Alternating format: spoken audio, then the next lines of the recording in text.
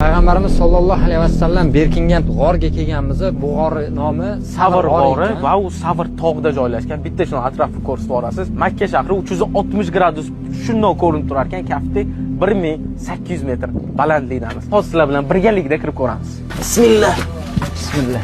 Qaranglar, mana bu yoqlarda ham odamlar yozib ketishgan, nimalar yozishgan, o'zlarining ismlarini yozishgan bilmaymiz, lekin shuni o'tirib, mana shu joyga kirganingizda shuni sakinat bosadi. Bu joyda nima bo'lgan? Makka mushriklari payg'ambarimiz sollallohu alayhi vasallam va Abu Bakr Siddiqni quvlab kelgan paytlari ular mana shu g'orga kirib berkinishgan. Shunaqa darajaga yetib borganki, ular shuni egilib oyog'ini tagiga qaraganda ko'rib qolish bo'lgan holat bo'lgan. Lekin Allohning fazli marhamati bilan ular topisha olmagan va 3 kun shu joyda jon saqlab, oxir oqibat sog'-salomat chiqib ketishgan. Yo Alloh, shu joylarga yetkazganing o'zingga deb hisob shukr.